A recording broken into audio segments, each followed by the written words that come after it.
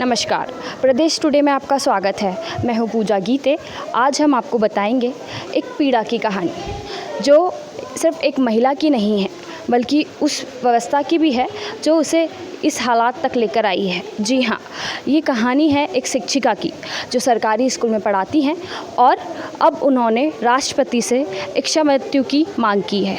तो चलिए जानते हैं इस बहादुर शिक्षिका से उनकी जुबानी उनका संघर्ष।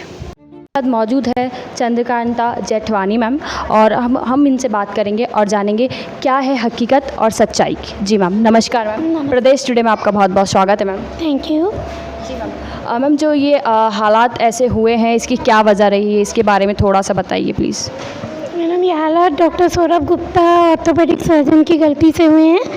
ये 24 फरवरी 2020 से मेरी हालत हुई गई कि मैं खुद से वो बैठने लायक नहीं रही। उसके पहले मैं वॉकर से चलती थी, एक्टिवा से स्कूल आती जाती थी, साइड व्हील्स लगे हुए थे एक्टिवा में, लेकिन उनकी टैबलेट रिएक्ट हो गई।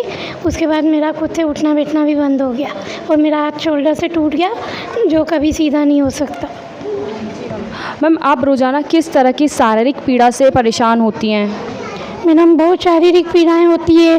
बिस्तर पे तैयार करना रहता है, लेट बाद बिस्तर पे होता है, स्पंज करना रहता है बिस्तर पे ही खसका के बाल धुलाने पड़ते हैं, फिर बार बार खसकाना और बार बार रखना, धीरे धीरे करना पड़ता है। बोन्स में फ्रैक्चर है। फिर 2 जने व्हील चेयर पर रखते हैं, फिर व्हील चेयर को ऑटो रिक्शा में रस्सी से बांधते हैं, फिर स्कूल ले जाते हैं, फिर स्कूल में 2 जने उतारते हैं, फिर पूरे 6.5 घंटे की ड्यूटी व्हील चेयर पे रहती है। जब दर्द सहन नहीं हुआ तब आपने राष्ट्रपति से इच्छा मृत्यु की मांग की, तो क्यों? जी मैडम, 5.5 साल हो गए और मुझसे दर्द नहीं सहा जा रहा है। डॉक्टर अपनी गलती मानने को तैयार नहीं है, ऊपर से और मुझे धमकियां देता है कि जो कर सकती है कर, मैं तुझे ब्लॉक कर रहा हूँ, मुझे फ़ोन करने की ज़रूरत नहीं है। और अब मैं शारीरिक पीड़ा और नहीं सहन कर पा रही हूँ। मेरे पास 24 घंटे की कोई केयर टेकर नहीं है। जो भी केयर टेकर मैं रखती हूँ मुझे मानसिक, शारीरिक और आर्थिक प्रॉब्लम्स देती हैं क्योंकि मैं घर का ध्यान नहीं रख सकती हूँ। जितनी आई हैं सब चोरियाँ कर के गई हैं और अभी तो मेरे पास फुल टाइम की कोई है भी नहीं। मैम, आपने न्याय के लिए कहाँ गुहार लगाई है और क्या क्या जवाब मिला है?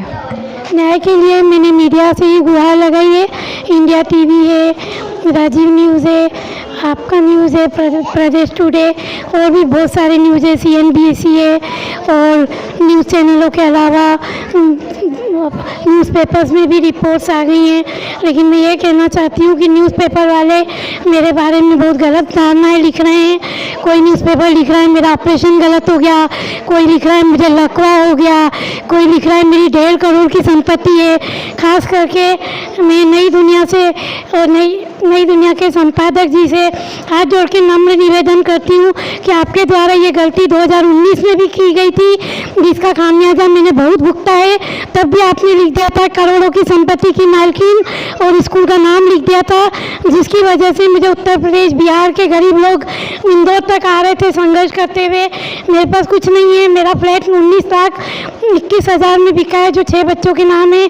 इसके अलावा ऐसी कोई प्रॉपर्टी कुछ नहीं है। मैं किराए के मकान में रहती हूँ। मेरा सब कुछ साजिशों के तहत जा चुका है। डॉक्टर की एक गलती के कारण शारीरिक, मानसिक, आर्थिक सारी प्रताड़ना मैं 5.5 साल से झेल रही हूँ। अब मैं और नहीं झेल सकती, इसी में इच्छा मृत्यु मांग रही हूँ। मैम, ये जो परेशानी है, ये जो पीड़ा है, ये आपको अभी 5 सालों से, इसके पहले आप बहुत स्वस्थ थी, सही थी? जी, काफ़ी अच्छी थी। मैं एक्टिवा चला लेती थी, मैं घर के कपड़े प्रेस कर लेती थी, भाई ना आने पर मैं झाड़ू पोछा कर लेती थी, बर्तन मान लेती थी, खाना बना लेती थी। सिर्फ रोटी नहीं बना पाती थी, बाकी खाना बनाना, मिक्सर यूज़ करना, डस्टिंग करना, सारे काम मैं कर लेती थी। ये मेरी कॉलोनी के सब लोग जानते हैं। मैम, आपको सरकारी सहायता या स्वास्थ्य विभाग ने कोई सहायता प्रदान की अभी तक? जी नहीं, स्वास्थ्य विभाग या सरकारी सहायता मुझे आज तक कुछ भी नहीं मिली है। सिर्फ जब मैं परमानेंट हुई हूँ उसके थोड़े पहले मुझे 150 रुपया विकलांग भत्ता मिलता था जो 350 हुआ, अब 550 हुआ है। इसके अलावा कुछ नहीं।